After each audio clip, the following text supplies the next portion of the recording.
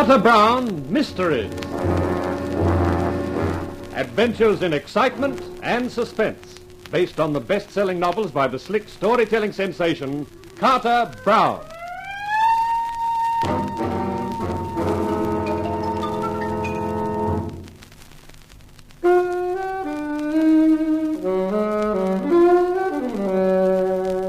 People have often told me how much they envied me. Well, I can't blame them. Who wouldn't envy a guy who writes a column like Dynamite with Johnny Lane, which has a 4 million readership? But right now, even I wouldn't envy me.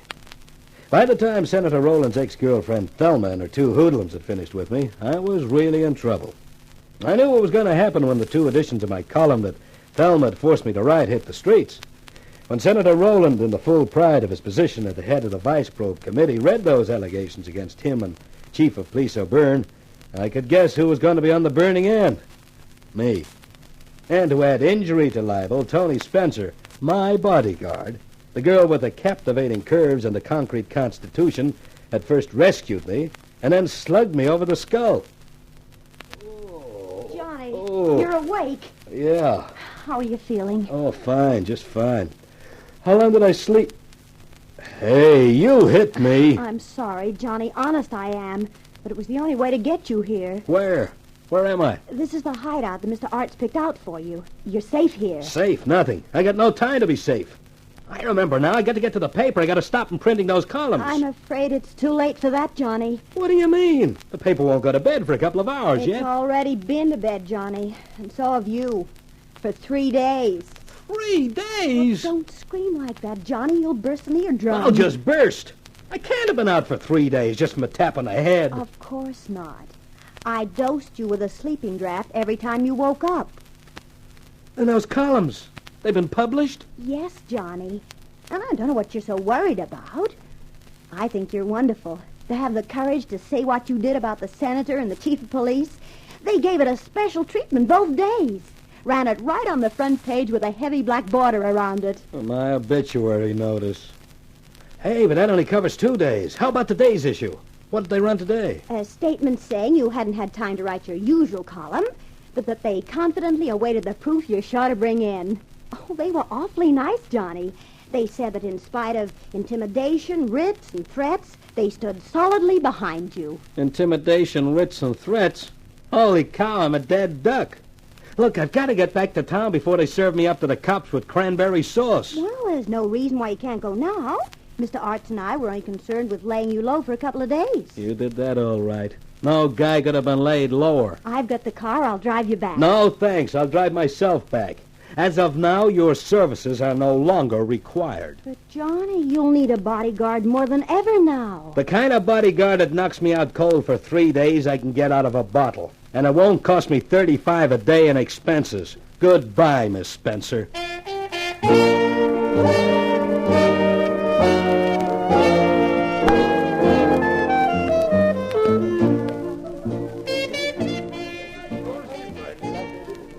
Monsieur Lane, I am so happy to see you. We have missed you. You're going to miss me a lot more in the future, Jules. For a number of years, I should imagine. You are going away, Mr. Lane? Sing Sing, Alcatraz. State hasn't made up its mind yet. But it will, Jules. It will. You would like a bottle of your usual? 2. With pleasure. I will fetch it myself.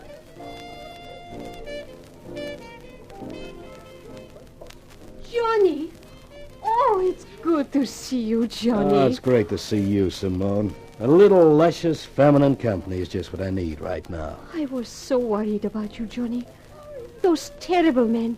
Did they hurt you? They killed me. Killed you? You are joking, no? Your drink, Mr. Lane.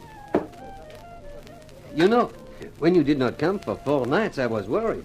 I wondered perhaps if I had inadvertently insulted you. Jules, as long as you supply drinks like this, you can't insult me. Oh, I am proud to serve you, Monsieur Lane. The man who has the courage to print what you have printed is a man to be admired. Oh, don't drag that up. There's a $2 million damage suit against me and the paper, and my editor's going quietly crazy. Yeah. What is the latest development? Perhaps you would give us the inside story, monsieur. Tell us how your fight against Vice is progressing. Vice has won a technical knockout. It's only a matter of the referee counting me out. He must be somewhere around 8 already. Truly, Johnny, it is as bad as that. Worse. Much worse. Jules, would you mind leaving us alone for a little while? No, of course not. I just remembered. Someone ordered a duck, and I have to go out and shoot one. Poor Johnny. You are in low spirits, eh? I expect to be in very high spirits by the time I finish this bottle. Johnny, if you feel low, why not go to my place?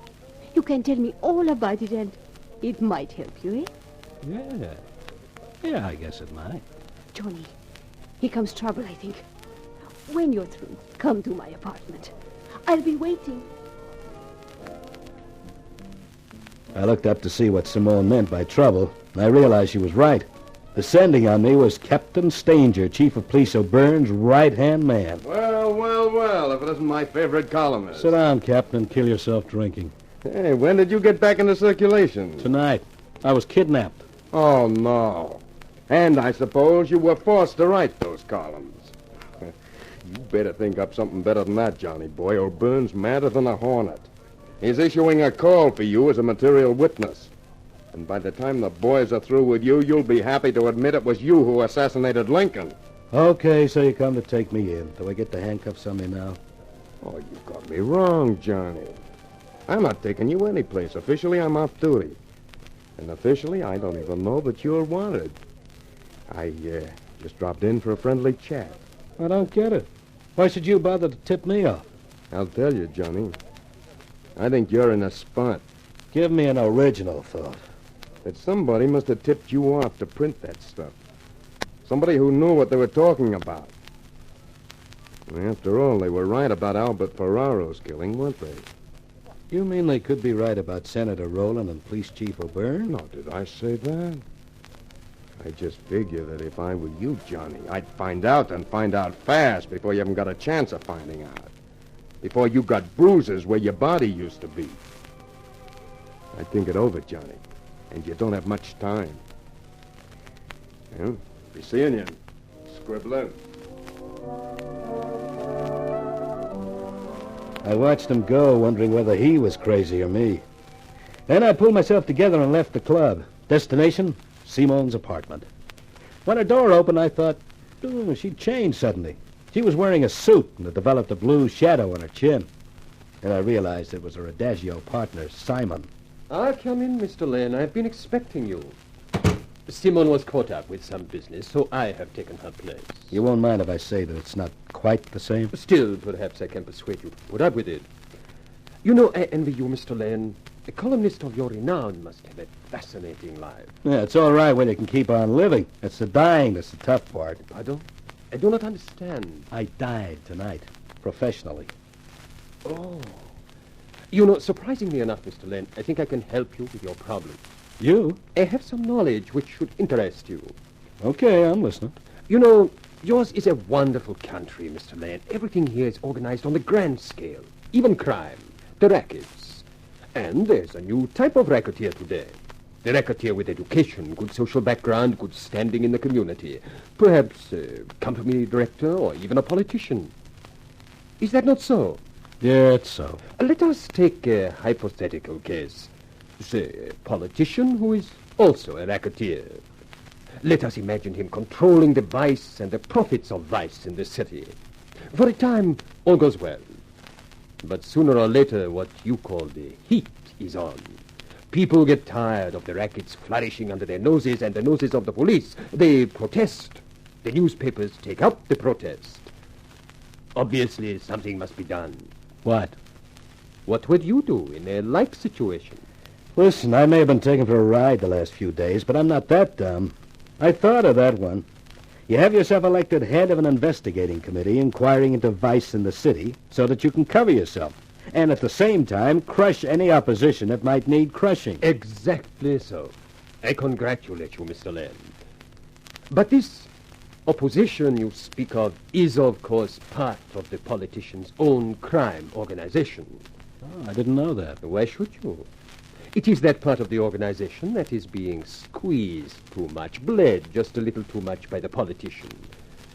They are not organized, and they are alarmed by the politician's coming activities with the investigation committee. but they lack the means to positive action.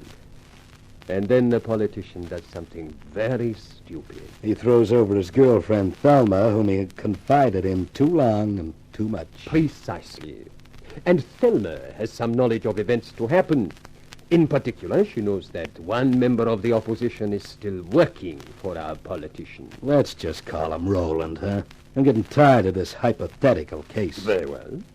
So, Thelma knows that Ferraro, who is supposedly one of the opposition, is still working for the senator. He is to give evidence at the first hearing of the investigation committee. He will reveal the activities of all the people in the senator's organization whom the senator wishes to get rid of. So Roland didn't have Ferraro killed. On the contrary, the opposition had him killed. Just where do you fit into the picture, Simon? I am a member of the opposition. It was handled cleverly, I think. Ferraro's death served a double purpose. It prevented him giving information, and it served as a warning to the senator. And then what? And then we used our master stroke. We needed widespread publicity for our scheme to work. And what could be better than a columnist with a readership of 4 millions? You, Mr. Lane. Don't you feel flattered? I feel slightly sick. So I was taken for a ride. All the way. First, you were given several items to publish. Then all that was needed was to move you out of the way, persuade you to write what we wanted you to write, and make sure it was published. At first, it seemed as though our plans came unstuck when your friends rescued you. But fortunately, they hid you away as well as we could have done ourselves. What happens now? Now, it is a sad scene, Mr. Lane. But you will appreciate that the situation cannot remain static. At the moment, the police and Senator Roland are allied against you. Your own newspaper will discredit you. So the public will begin to doubt your allegations. But one thing would convince them that you were telling the truth. What's that? If you were to be murdered, What? then people would be convinced that you had been right and that you had been murdered to prevent your presenting the proof of your allegations. It is not a bad prospect, is it, Mr. Lane? Once you are dead, you will be a national hero, a martyr. Think of the honor and glory. I'm thinking of what comes before that. Oh, don't let it worry you. It will be a quick end. Don't struggle, Mr. Lane. Accept the inevitable. We experience the greatest adventure that life can offer. Death. I as the giver, and you as the receiver.